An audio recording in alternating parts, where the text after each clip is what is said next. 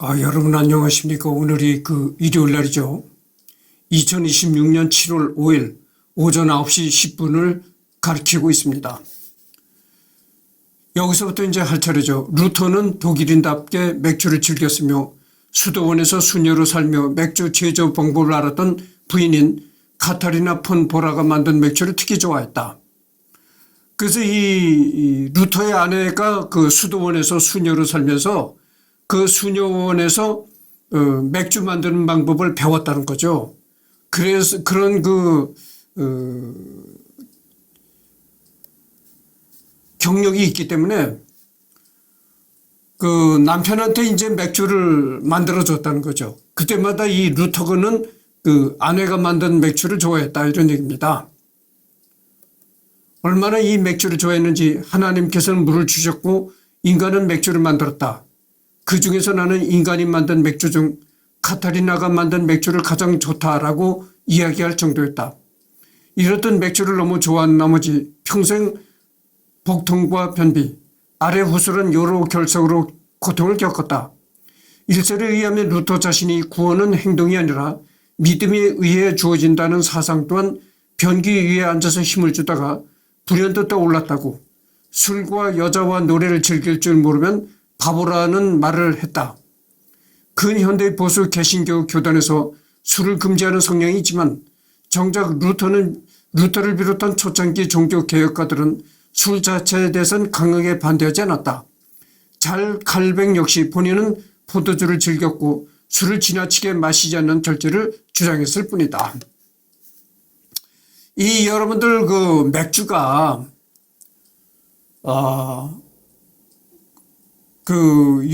요속이라고 아시죠?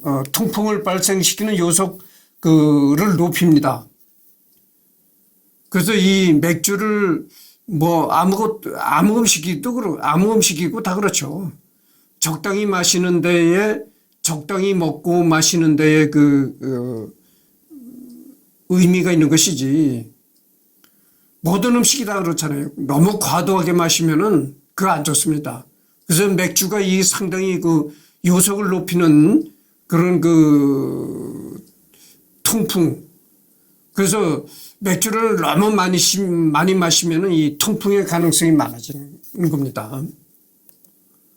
요산 수치를 높이죠. 요산. 내가 이거에 집중하냐고 딱 말이 맥혔었는데, 이 피를 검사해 보면 요산 수치를 알 수가 있습니다. 근데 요산 수치가 높을수록 통풍 위험이 증가하는 것이죠.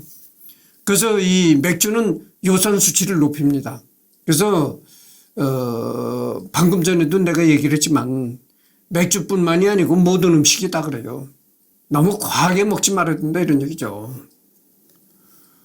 루터는 말년 들어서 심장 발작과 변비, 치질 그리고 극심한 결석에 시달렸다. 변비에 대해서는 그의 편지에 변비약과 그 효과에 대한 얘기가 자주 언급되는 것을 알 수 있다. 이미 중년기인 1520년대 후반기 무렵부터 여러 결석을 만성질환으로 알았었는데 1537년 2월 19일에 슈마르 가르텐이라는 마을에 머무르며 귀족들과 같이 회의를 하고 있을 때 요로가 완전히 막혀서 6일 동안 소변을 보지 못했고 이 때문에 몸이 붓고 열이 올라 거의 죽을 지경에 이르렀다. 6일 동안 소변을 보지 못했다니까 이 소변길이 막혀가지고 참 이게 증세가 상당히 심했네요. 여러분들 6일 동안 소변을 못 보면 말이죠. 우선 방광이 터질 것 같이 그런 압박감이 들고 더군다나 인간은 이 소변을 봄으로써 몸에 있는 노폐물 이런 걸 배출시키거든요. 그런데 소변을 못 보게 되면은 이 몸에 독이 쌓이는 겁니다. 귀족들은 루터가 심각한 상태에 빠지자 의사들을 데리고 왔지만 그 의사들은 최신 의술에 따라 물을 많이 먹이고 그 부분을 빨아내서 강제로 소변을 보게 하려 했다. 그러나 루터는 차라리 고통에 시달리더라도 품위 있는 죽음을 맞이하는 것이 낫다면서 고향에서 조용히 죽음을 준비하려고 했지만 덜컹거리는 마차를 탔던 것이 효과를 보면서 시원하게 오줌을 넣는데 성공을 거두었고 여관에서 결석이 무려 6개 이상이나 빠져나왔다. 이후로도 2주간 결석이 섞인 오줌을 누면서 만성적인 요로 결석은 해결되었다. 루터가 아내에게 보낸 편지에서는 소변이 2시간에 걸쳐 4리터나 나왔다고 적혀있다. 그러니까 이 루터가 얼마나 증세가 심했었는가를 알 수가 있는 것이죠. 2시간에 걸쳐서 무려 장장 2시간에 걸쳐서 소변을 봤다는 겁니다. 근데 그 소변 양이 4리터에 달했다는 거예요. 그러니까 얼마나 그동안 오줌을 넣지 못해서 고통을 겪었는가를 우리가 짐작할 수가 있는 거죠. 그리고 결석이 사람 몸에 또 돌이 생기는 겁니다. 그 결석이 요로를 막은 거예요. 오줌 나오는 그 줄기를 막은 겁니다. 그래서 그 의사들이 와가지고 막 별짓을 다 했다는 거예요. 의사를 불러가지고 의사들이 와가지고 소변을 누게 하려고 강제로 물을 많이 먹고 물을 강제로 많이 먹이고 그 부분을 빨아내서 강제로 소변을 보려 했다. 그래도 효과가 없었다는 거예요. 근데 이제 마차를 타니까 이 흔들림이 심하잖아요. 덜컹덜컹 되고. 그러니까 이렇게 덜컹덜컹 되는 바람에 막혔던 요로결석이 막았던 요로결석이 이제 해소가 되었다 이거죠. 그래서 이제 소변을 보게 됐다 이런 얘기인데 그 부분을 빨아내서 강제로 소변을 보게 했다. 여기서 그 부분이라는 걸 뭘 말하는 걸까요? 페니스를 빨았다는 거죠. 페니스. 근데 여러분들 내가 요즘에 하고 싶은 얘기 있어요. 특별히 요즘에 나만 그렇게 이렇게 혼자 살지 혼자 사는 사람들이 없잖아요. 거의 다 이제 가정생활하고 여자를 데리고 이렇게 살죠. 여자가 없으면 아내가 없으면 뭐 애인이라도 자주 만날 수 있는 애인이라도 다들 있을 것으로 생각합니다. 정말 나는 아내도 없고 애인도 없는 사람이에요. 내 뒷조사에서 아무리 해보쇼. 정말 여자 관계가 나는 깨끗한 사람이에요. 근데 요즘에 누가 그렇습니까? 아내가 없으면 애인이라도 있는 거죠. 근데 여러분들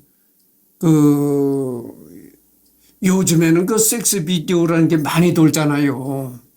그래가지고 이 섹스 비디오들을 많이 봐가지고 이 페니스를 빨아달라는 요구도 많이 하고 남자가 여자한테 이 페니스를 빨아달라. 그리고 또 여자가 남자 페니스를 빨면서 섹스하는 그런 것도 많나 봐요. 오럴 섹스라고 해가지고. 근데 그런 걸 하지 마십시오. 입으로 페니스를 빠른 그런 행위를 하지 말라 이런 얘기예요. 그게 왜냐하면 말이죠.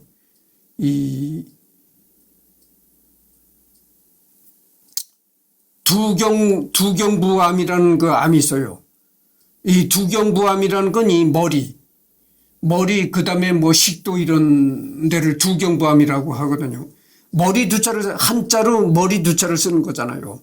그러니까 머리 이 부분에 생기는 두경부암이라는 게 있어요. 그래서 이 페니스를 빨면은 이 남자들이 요즘에는 대부분 남자들이 거의 다 인유두종 바이러스라는 바이러스를 그런 바이러스를 가지고 있어요. 남자들이 대부분 다 그렇습니다. 90% 이상이 다 이 인유두종 바이러스를 가지고 있어요. 남자들이. 그렇기 때문에 그 페니스를 빨면 그 인유두종 바이러스를 이제 가지게 된다 이거죠.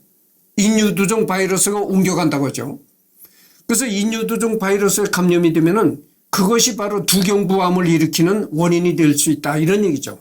그러니까 뭐 페니스를 빨았다고 해가지고 100% 다 뭐 두경부암에 걸리는 건 아니지만 그러나 어쨌든 간에 두경부암을 일으킬 수 있는 가능성을 높인다 이런 얘기입니다. 그래서 여러분들 이 섹스 비디오를 그렇게 자꾸 보지 마십시오. 그리고 그 섹스 비디오라는 것은 일반적인 성생활을 나타낸 것이 아닙니다. 그러니까 그런 섹스 비디오를 보지 말고, 왜냐면 이 남녀 간에도 말이죠. 섹스를 하기 전에 이 감정 교류라든가 이런 게 있어요. 있어야 돼요.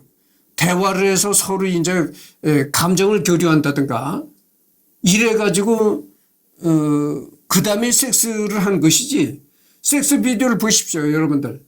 거기에 뭐 어떤 두 사람이 나누는 대화가 있습니까? 애정 표현이 있습니까? 그런 게 전혀 없거든. 그런 게 전혀 없고 그냥 딱 만나자마자 섹스 돌입하는데 정말 그게 동물적인 섹스라. 두 사람이 앉아서 남녀가 앉아서 서로 대화를 나누고, 그래서 정을 나누고, 그래서 서로가 이제, 야, 우리 이제, 그래서 육체 관계까지 들어가서 하는 섹스. 그런 걸 해야지.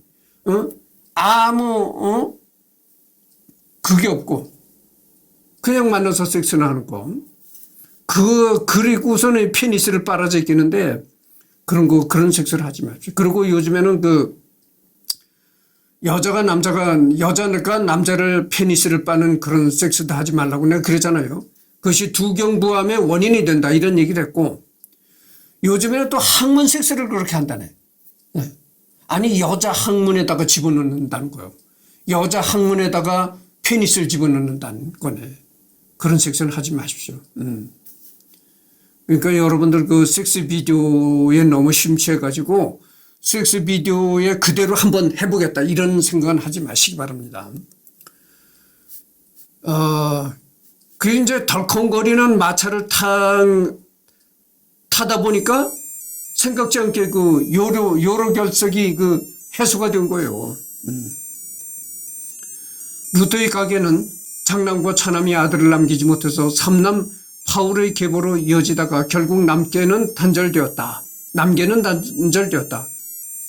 막내딸의 후손들은 계속 이어졌다고 하지만 루터성을 쓰지 않기에 얼마나 퍼져 있는지는 알 수 없다. 그래도 루터성을 쓰는 사람들은 수천 명 남아있긴 한데 루터의 친척이나 형제와 조카들의 후손들이다.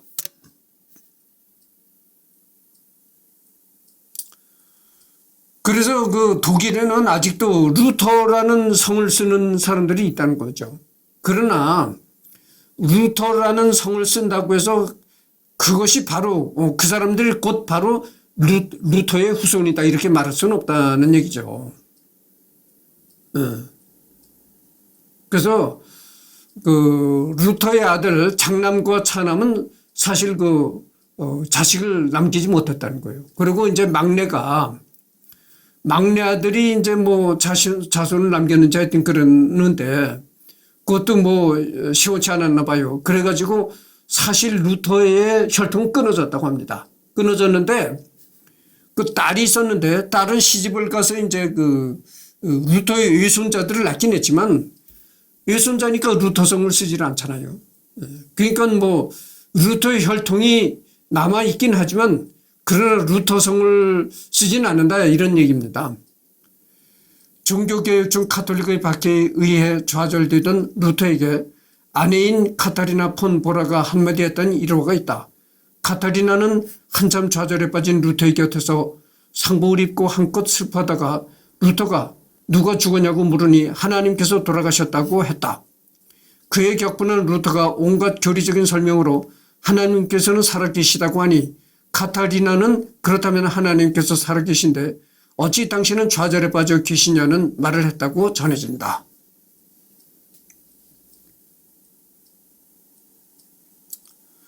그러니까 이제 루터의 아내 카타리나 폰 포라는 이제 수녀원에서 완전히 탈출해가지고 결혼까지 해서 이제 사회생활을 하는 사람이니까 하나님은 이미 죽었다.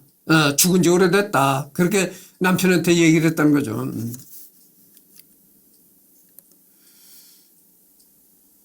저작과 어록, 저작.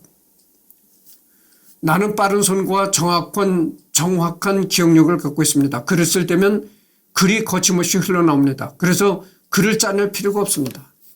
루터는 엄청나게 많은 저작을 남긴 것으로 유명하다. 저술량이 성경 번역부터 종교개혁 이후 평균 매일 5페이지, 연간 1800페이지씩 저술한 것으로 알려졌다. 1523년에는 독일 전체에서 편찬된 출판물이 900여 편이었는데 그중 346편이 루터의 저작일 정도였다. 또한 생전 혼자서 독일 내 모든 가톨릭 저작자의 저술의 5배를 썼다. 그중에 성경 번역은 루터 저작 중 최대 업적으로 불릴 만한데 이 언어학적 성과가 현대 독일의 기반을 닦았다. 후대 독일 내 가톨릭 학자들이 루터를 비판할 때조차도 루터의 언어로 생각하고 루터의 언어로 반박해야 하는 아이러니한 상황을 만들 정도로 독일어에 끼친 그의 영향력은 매우 크다. 루터 이전에도 고지 독일어판 성경이 14번, 저지 독일어판 성경이 4번 있었지만 라틴어판 불가타 성경이 원본을 해치지 않을 의도로 거의 그대로 직역한 데다가 따라서 문장도 꼬여서 이해하기 어려운 편이었다. 루터는 불가타를 바탕으로 하되 히브리어 사본과 그리스어 사본을 대조하면서 민중들이 이해하기 쉽도록 단어를 만들었다. 역설적으로 루터는 번역을 위해 새로운 단어를 만든다는 표현을 거부하는데 민중들이 어떤 말을 쓰는지 관찰하고 그것이 가진 뜻으로 옮겨야 된다는 것. 지식인들이야 라틴어나 그리스어 단어를 이해하겠지만 글을 모르는 이들이 이해할 수 있도록 집안의 어머니가 하는 말과 시장 바닥의 아이들이 떠들며 노는 말, 쓰는 말, 상인들이 경제활동을 하는 말을 관찰하며 길게는 한 단어를 찾으려 3, 4주씩이나 고민했다고 한다.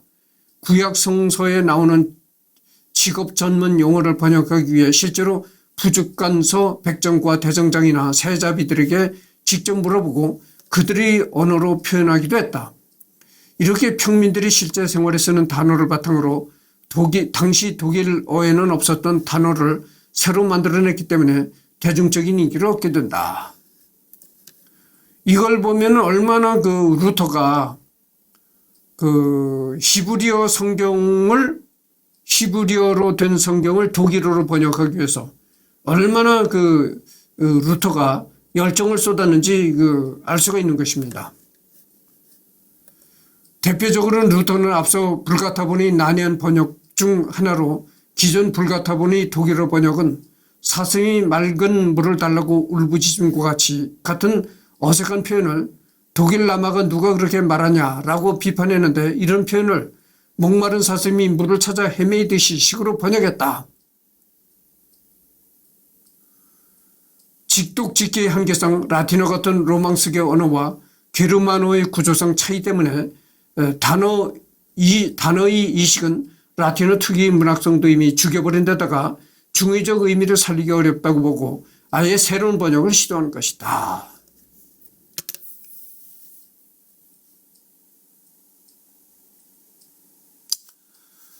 그래서 이제 그 히브리어로 된 히브리어로 된 성경을 독일어로 이제 번역하려면은 직독직해.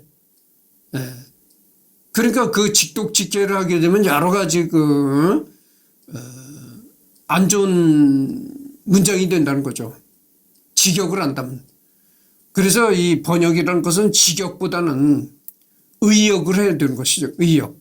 그래서 이제 직역을 하지 않고 의역에 중점을 뒀다는 것이죠. 의역에 중점을 둬가지고 히브리어로 된 성경을 독일어로 번역하면서 독일인의 감각에 맞게, 독일인의 그 취향에 맞게 그런 문장으로 번역을 했다는 거죠. 의역을 했다는 것입니다. 그렇다고 루터의 성경이 민중들이 구호만을 수록한 것은 아니다. 루터는 스스로 문체를 작센 선제 후 공정의 공문서에 쓰이는 필법을 따랐다고 밝혔다. 이런 격식은 표준 독일의 형식의 전통이 되었다. 그리고 루터의 거주지 작센 지방은 고지 독일어와 저지 독일어의 경계점으로 루터와 그 부근 사람들은 두 언어를 알아들을 수 있었다.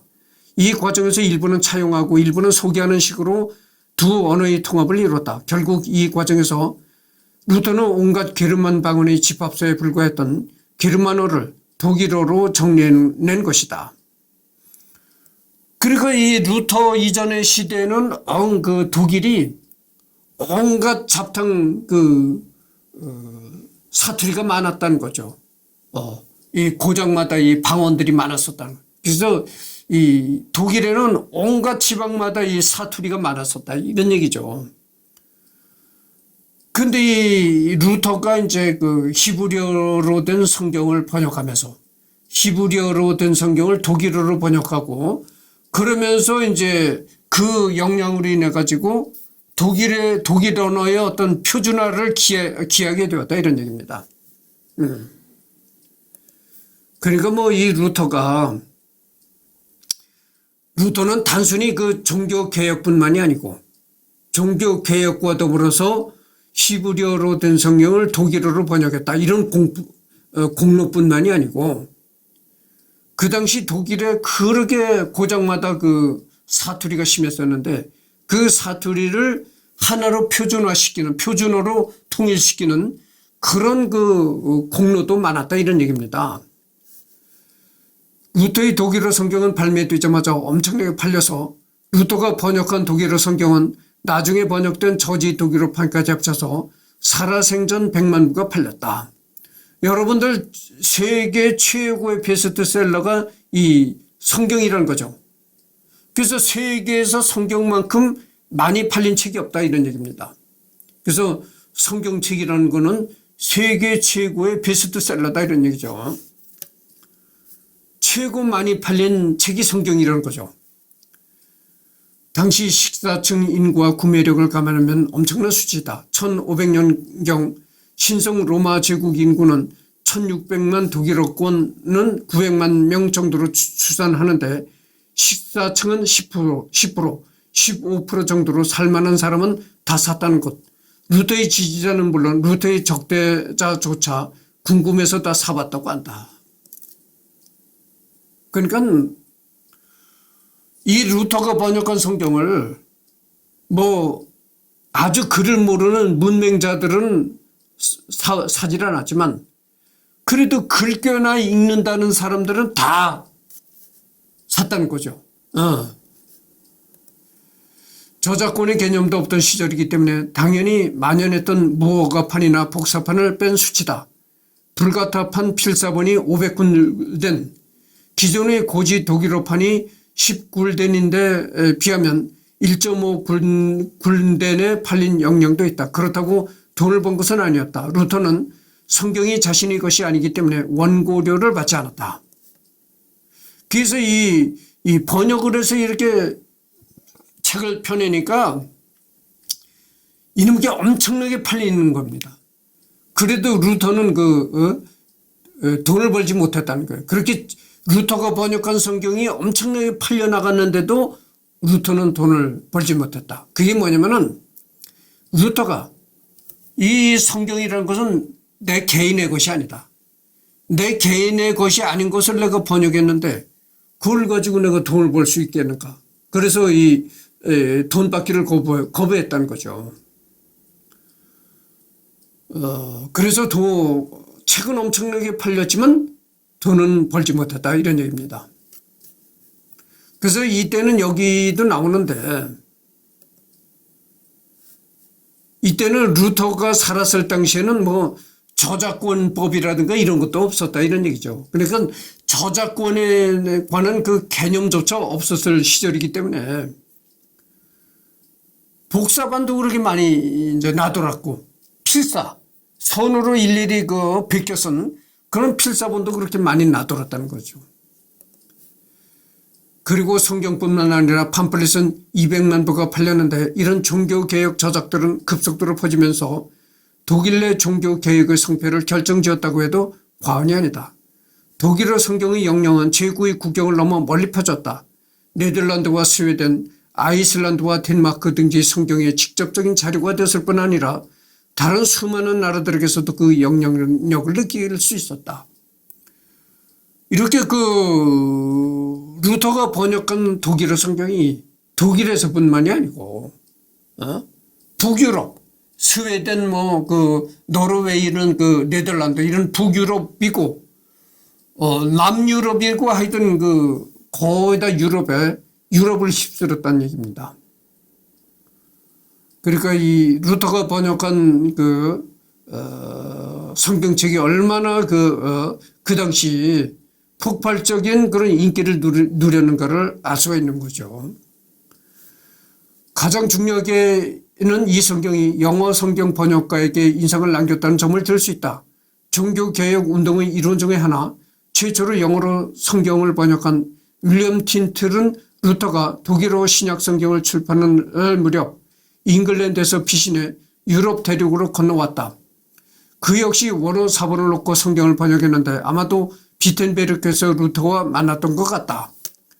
틴들에게 강력하게 영향을 준 루터의 업적 중 한 가지는 신약 성경의 배열 순서였다. 이전의 성경 전서들에서는 성경을 배열하는 표준이 없었다. 번역자들이 임의로 순서를 정해진 것이다. 그런데 루터는 그리스도가 어떻게 가르치셨나를 기준으로 사복음서와 사도행전, 사복음서라는 건 이제 마태, 마가, 누가, 요한, 그리고 사도행전, 서신서, 그리고 마지막으로 요한 계시록 순으로 성경을 배열했다. 틴들은 루터가 정한 이 순서를 따랐으며 이후로 사실상 모든 성경 번역자들이 동일한 순서를 따랐다 이런 얘기죠.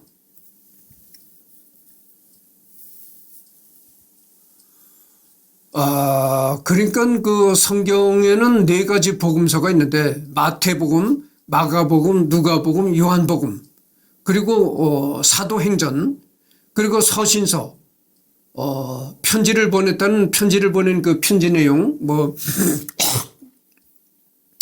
요한이 사도들에게 보낸 편지문 이런 게 이제 성경이 구성이 되어 있죠. 그래서 이 루터가 번역한 이 성경의 배열이 요즘에도 그것이 그런 배열을 쓴다는 거죠. 그리고 이 루터 얘기를 하다 보니까 또 대한민국 얘기를 할 수밖에 없는데, 한글 전용이냐 한문 혼용이냐 이런 걸 가지고 내가 언젠가 얘기를 한 적이 있었잖아요. 그런데 이 개신교, 우리나라에 이 개신교가 많이 전파가 되면서 한글 성경이 많이 보급이 됐습니다. 그런데 이 한글 전용 시대를 그렇죠. 한글 전용 시대를 기독교가 한글 전용 시대를 열었다. 오늘날 한글 전용 시대를 열었다고 해도 과언이 아닙니다. 한문을 아주 새까맣게 한문을 섞어 쓰던 그 시절에도 기독교는 100% 한글로만 된 성경을 보급시켰어요. 그래서 이 기독교는 한글 전용을 우리나라의 기독교가 한글 전용 시대를 이끌었다 이렇게 말할 수가 있는 겁니다. 근데 여러분들 그 BTN이라든가 이런 거 불교 TV 방송을 들어가 보십시오. 스님들이 아직도 나와서 칠판에다 이제 글을 쓰면서 금강경이니 화엄경이니 불교 교리를 얘기한단 말이죠. 그런데 그거 보십시오. 전부 한자로 쓰는 겁니다. 그래서 이미 그 대세가 한글 전용이잖아요. 그래서 여러분들 그 길거리를 다녀봐도 길거리 이정표도 그렇잖아요. 이정표도 고속도로에 가면 고속도로 이정표도 있고, 근데 이정표가 한문으로 된 거 봤습니까? 한글이잖아요. 부산이 몇 킬로가 남았다. 옛날에는 그 부산도 한문으로 썼었는데 요즘엔 다 한글이잖아요. 거의 모든 게 한글로 이루어지는 그런 세상이 되었다 이런 얘기죠. 그래서 이제 한글 전용이라는 게 이제 대세인 것 같아요. 근데 그렇게 한글 전용이 대세가 되다 보니까 이 요즘에 한국 사람을 구성하는 한국인들이 거의 한글 세대들입니다. 한글 세대들이 다 한국 국민을 구성하고 있는 거예요. 한국 국민들이 거의 다 한글 세대다 그 말이죠. 한국 국민들이 거의 다 한글 세대인데 스님들이 얘기할 때 한글을 쓰면서 얘기를 해야지. 응? 그거를 계속 이렇게 구태의연하게 옛날 방식대로 이렇게 계속 한문만 쓰면서 불교교를 얘기하면 어떻게 되겠어요? 젊은이들은 불교를 다 떠나는 겁니다. 그래서 여러분들 그 BTN이나 불교 방송 이렇게 보십시오. 절간에 나와 있는 남성, 물론 남성도 있죠. 남성도 있지만 대부분 여자들이잖아요. 대부분 여자들 노인네들이라 이거죠. 젊은 사람들은 드뭅니다. 그래서 이 불교는 앞으로 정말 불교가 영속하려면은, 앞으로 계속 불교가 발전하려면은 스님들이 나와서 이 한문을 쓰는 그것부터 고쳐야 되리라고 생각을 해요. 요즘 그 한국인의 한글 세대의 그 입맛에 맞게 한글을 쓰면서 불교 교리를 강의해라. 이렇게 말하고 싶어요. 그걸 보십시오. 개신교는 그렇게 한문을 새카맣게 섞어 쓰던 그 시절부터 한글로만 된 성경을 펴냈다니까. 그런 걸 생각해 보십시오. 불교도 빨리 한문을 쓰면서 하는 그거를 버려야 되는 겁니다. 오늘날 우리가 알고 있는 많은 구절들이 루터에게서 신들을 통해 전해진 것이다. 고린도전서 2장 14절에 나오는 육에 속한 사람에 나오는 친히 쓴 루터의 독일어 성경의 이렇게 나와 있습니다. 저작이 아닌 출판물 중에 그의 설교는 루터가 초반에는 원고를 썼으나 곧 매번 즉흥적으로 해서 자작으로 남은 것은 거의 없고 청중들이 들은 걸 복원해서 3천여 개 중 2천여 개가 전한다고 한다. 에라스미스나 츠빙글리 같은 인물들과 서신으로 논쟁을 했고 현재도 연구에 쓰이는데 루터는 편지를 잘 보관하지 않았다고. 그래서 연구자들이 현재도 애를 먹고 있다. 노래 가사에도 갑툭튀한 재능을 드러내는데 나이 40살이 넘어서 42곡을 작사했다. 이 중에 36곡은 개신교 찬송이었다. 그런데 이것은 전부 단 1년 사이에 다 쓴 것이다. 그중에 바르트부르크 성에서 지은 내주는 강한 성은 아직도 개신교 찬송가에서 유명 곡이다. 또한 기존 가톨릭 교리상으로도 딱히 문제가 된 내용은 없기 때문에 제2차 바티칸 공의회 이후로는 미국 등 일부 지역의 가톨릭 교회에서도 교회의 일치운동의 일환으로 성가 집에 공식적으로 포함시켜 부르고 있다. 이 루터는 이 성경을 번역한 것뿐만이 아니고 찬송가도 이렇게 많이 만들었다는 거죠. 근데 그 작사, 노랫말을 주로 만들었다는 거죠. 그래서 이제 루터가 그 노랫말을 만든 찬송을 보면은 이런 게 있다는 거죠. 이런 노랫말이 있다는 겁니다. 내주는 강한 성요 방패와 병기 되시니 큰 환난 속에서 우리를 구하여 내시리로다. 옛 원수 마귀는 이때도 힘을 써 모략과 권세로 무기를 삼으니 천하에 누가 당하랴. 내 힘만 의지할 때는 패할 수밖에 없도다. 힘 있는 장수 나와서 날 대신하여 싸우네. 이 장수 누군가? 주 예수 그리스도 만군의 주로다. 당할 자 누구랴? 반드시 이기로다. 이 땅에 마귀 들끓어 우리를 삼키려 하나 겁내지 말고 섞어라. 진리로 이기리로다. 친척과 재물과 명예와 생명을 다 빼앗긴데도 진리는 살아서 그 나라 영원하리라. 아멘. 마르틴 루터 작사 내주는 강한 성이요. 이런 노래 가사를 이런 가사를 루터가 만들었다는 거죠. 34분을 경고했습니다. 조금 더 해야 되겠습니다. 루터는 많은 저작을 남겼지만 저작에는 별 미련이 없었다고 한다. 말년에는 자신이 저작을 평가해 보란 질문에 대소교리 문답, 노예 의지론 2개만 있으면 다른 건 다 태워버려도 버려도 된다라는 말을 남겼고 책에 충분히 쓰긴 했다만 모든 것이 다 감동을 주긴 어려울 것이라며 미련 없이 썼지만 사람들이 이걸 보고 바뀔지는 별 기대 안 한다는 투로 말을 남겼다. 루터의 전집은 탄생 400년 기념으로 1887년 출판된 바이마르본이 가장 유명한데 약 100여 권 분량이라고 한다. 현재 한국어로도 번역이 진행 중인데 남은 것만 두꺼운 책으로 75권 정도를 예상한다고. 루터가 자신의 역작이라고 꼽은 노예의 의지론은 에라스미스의 자유의지론에 논박하여 1525년에 쓴 것인데 5년 전 1520년 발표한 초기 3대 저작인 그리스도인의 자유에 대하여와 이어지는 논리구조이다. 제목만 들으면 우린 노예처럼 닥치고 믿으라 된다.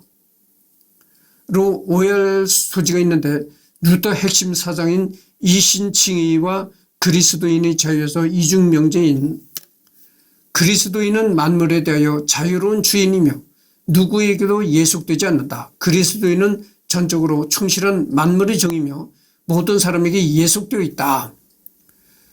의 두 모순된 논쟁의 변증법적 발전이다.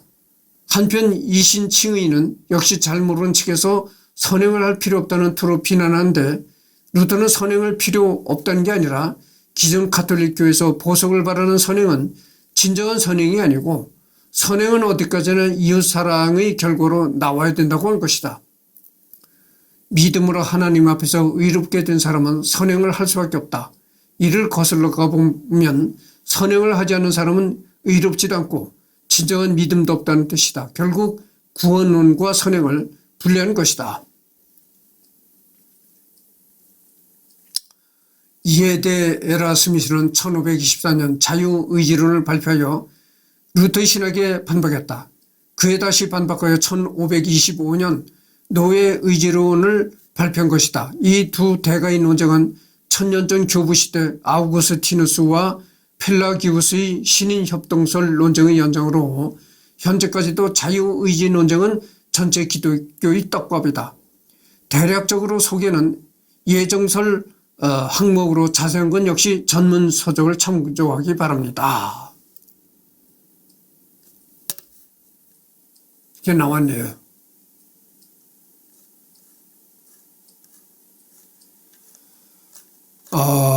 그래서 지금 그 37분을 경과했습니다. 그래서 이 어록, 여기서부터는 오늘이 일요일 날이고 첫 번째 녹화잖아요. 그러니까 또 한 번 녹화를 해야 되겠죠. 뭐, 오후라도. 오후에 녹화를 할 때는 여기 어록서부터 하도록 하겠습니다.